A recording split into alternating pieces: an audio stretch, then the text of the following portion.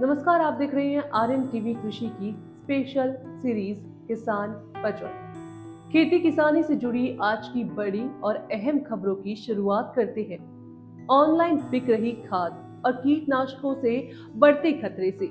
Online खरीदारी ने जहां किसानों के लिए कई चीजें आसान बनाई है, वहीं अब यही सुविधा एक बड़ी चिंता का कारण बनती जा रही है।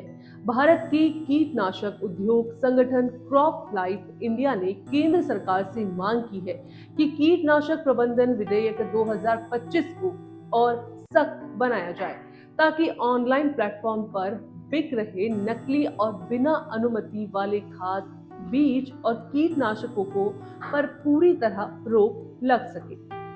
संगठन का कहना है कि आज गांव-गांव तक मोबाइल के जरिए कीटनाशक मंगाए जा रहे हैं, लेकिन कई प्लेटफॉर्म पर बिक रहे उत्पादों की गुणवत्ता और स्रोत पर कोई भरोसेमंद निगरानी नहीं है। कीटनाशक कोई समस्या या सामान्य सामान नहीं है, बल्कि नियंत्रित रसायन है, जिनकी गलत बिक्री से फसल, मिट्टी, पर्यावरण और इंसानी सेहत को गंभीर नुकसान भी हो सकता है।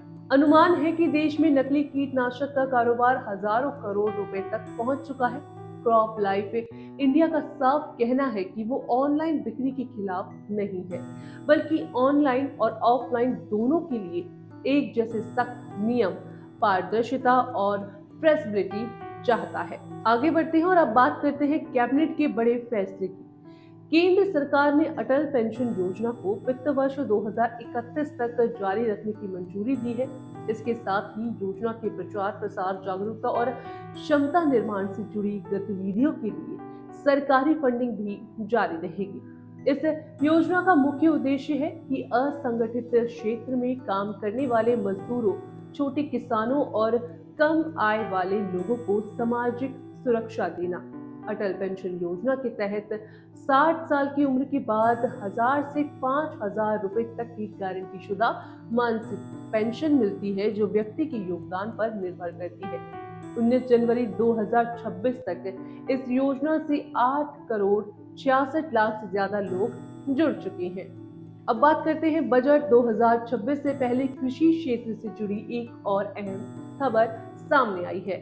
एग्रीकल्चर इंफ्रास्ट्रक्चर फंड के तहत लोन की सीमा 2 करोड़ रुपए से बढ़ाकर 5 करोड़ रुपए करने का प्रस्ताव फिलहाल लटक गया है।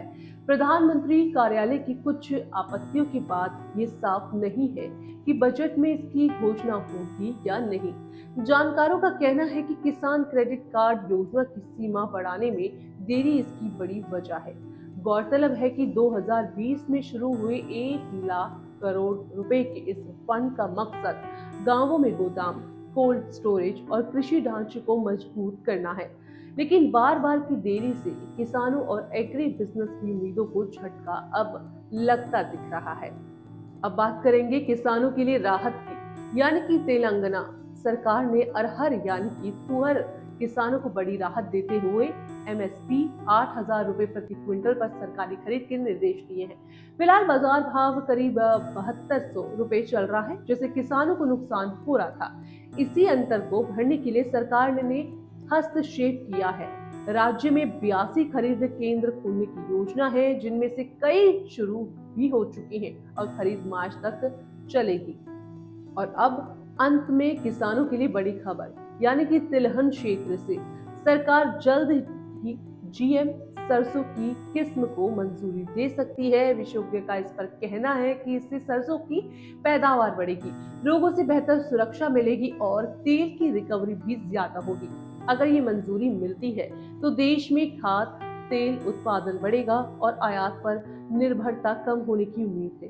साथ ही मध्य प्रदेश की सोयाबीन भावांतर भुगतान योजना की भी सराहना की गई है, जिसमें एमएसपी में कम दाम मिलने पर अंतर की राशि सीधे किसानों के खाते में भेजी जा सकती है। तो दोस्तों, खेती किसानी से जुड़ी आज की बड़ी खबरों में फिलहाल इतना ही।